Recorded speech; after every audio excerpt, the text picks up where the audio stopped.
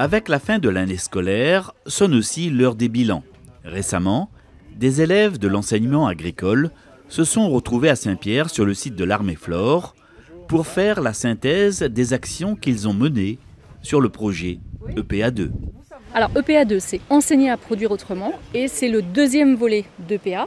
Donc EPA1 avait commencé entre 2015 et 2018 pour mettre en route la transition agroécologique au niveau des exploitations agricoles des lycées de l'enseignement agricole public. Avec la volonté effectivement de l'État d'essayer de réduire les pesticides et d'essayer de faire transiter l'agriculture vers une agriculture plus respectueuse.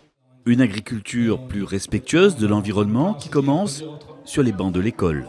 D'où l'importance dans l'éducation de faire passer le message qu'on peut essayer de produire différemment.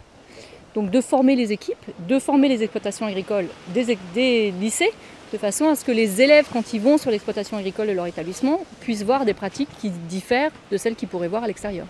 Les élèves et leurs enseignants ont ainsi travaillé sur diverses thématiques axées sur l'agroécologie. Donc par exemple, sur notre île, dans les grands projets structurants sur les projets EPA2, il y a eu des projets autour de l'agriculture sans phyto, avec le projet Ecophyto.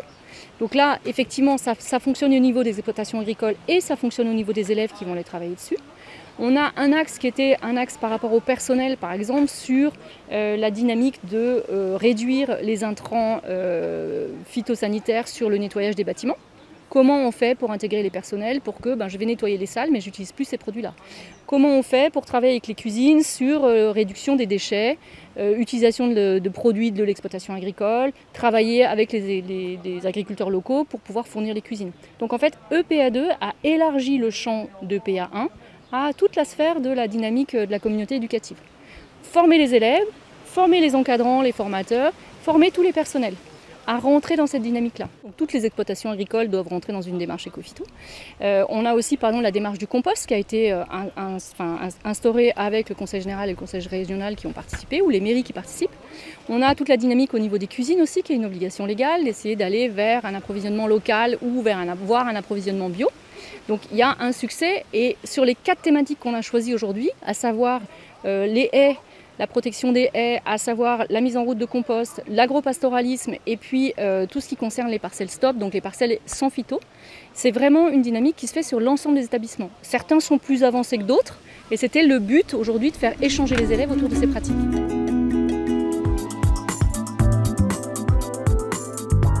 Enseigner à produire autrement, un projet d'envergure initié par le ministère de l'Agriculture à destination des établissements d'enseignement agricole. Durant plusieurs mois, des élèves des lycées agricoles, mais aussi des maisons familiales et rurales, ont travaillé sur différentes thématiques, comme par exemple la production de compost. Alors nous avons travaillé sur le compostage et les questions ont été posées aux jeunes pour voir un petit peu comment se sont passés les différents projets de compostage au sein des établissements. Et donc les établissements qui étaient présents aujourd'hui sur cet atelier, c'était le lycée agricole de Saint-Joseph et nous-mêmes la MFR de Saint-Pierre.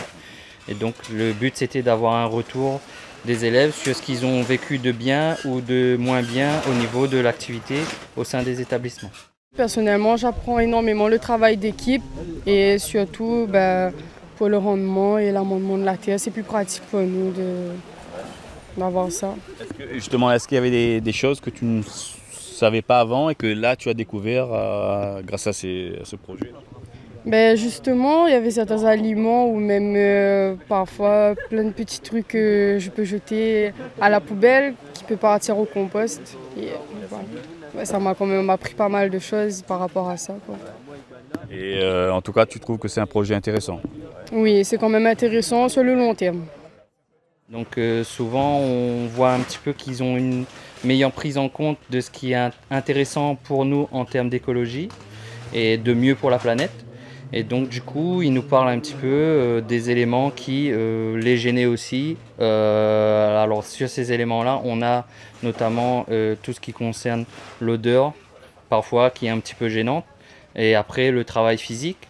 Mais derrière, ils comprennent bien que pour nous, c'est une activité qui a de l'avenir et qui est intéressante dans le domaine de l'agriculture et dans le domaine du paysagisme.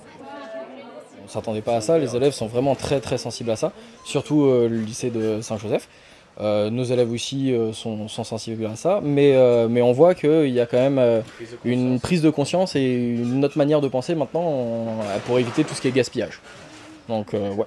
Donc ça veut dire qu'on peut quand même rester optimiste? Ah oui, on peut rester optimiste, en effet. Ouais. Pour l'avenir? Pour l'avenir de la Réunion, pour l'avenir de nos jeunes aussi. De notre planète? Pour l'avenir de notre planète, oui. Après, si tout le monde s'y met à son échelle, oui, pour l'avenir de notre planète, en effet. Dans un autre atelier, les lycéens ont restitué leur expérience dans la mise en place de haies végétales, notamment pour la sauvegarde du gecko vert de Manapani. En fait, on a même commencé avant parce que les bonnes idées peuvent venir plus tôt. Donc depuis de nombreuses années maintenant, on essaye de sauvegarder un gecko qui est en voie de disparition, qui est très très localisé et qu'on a la chance d'avoir au lycée agricole à Saint-Jean. Donc ça consistait à créer donc des nouvelles zones d'habitation pour lui? Oui, parce qu'il reste quelques foyers de l'espèce endémique qui sont très très menacés. Et comme on a 2 foyers sur le site, on a essayé d'améliorer leur espace de vie pour leur donner plus de place et augmenter la population. Au lycée agricole de Saint-Paul, les élèves ont également participé à la plantation de haies constituées d'espèces indigènes ou endémiques de la Réunion. Et donc on a planté 1200 plantes à peu près. Enfin, on a dépassé l'objectif, on est à 1380 de mémoire. On a testé une quinzaine d'espèces différentes sur le panel de 48 qu'on pouvait avoir de la forêt sèche, qui correspond au milieu naturel de la zone de Saint-Paul. Et puis donc, toutes les classes sont intervenues, ça fait plaisir. Les secondes, les premières, les terminales du cycle GMNF. Les secondes, surtout dans le cadre de leur chantier école, les premières aussi. La plantation, l'entretien, le suivi. Et les classes de BTS GPN aussi pour un petit peu la conception du projet, le suivi scientifique.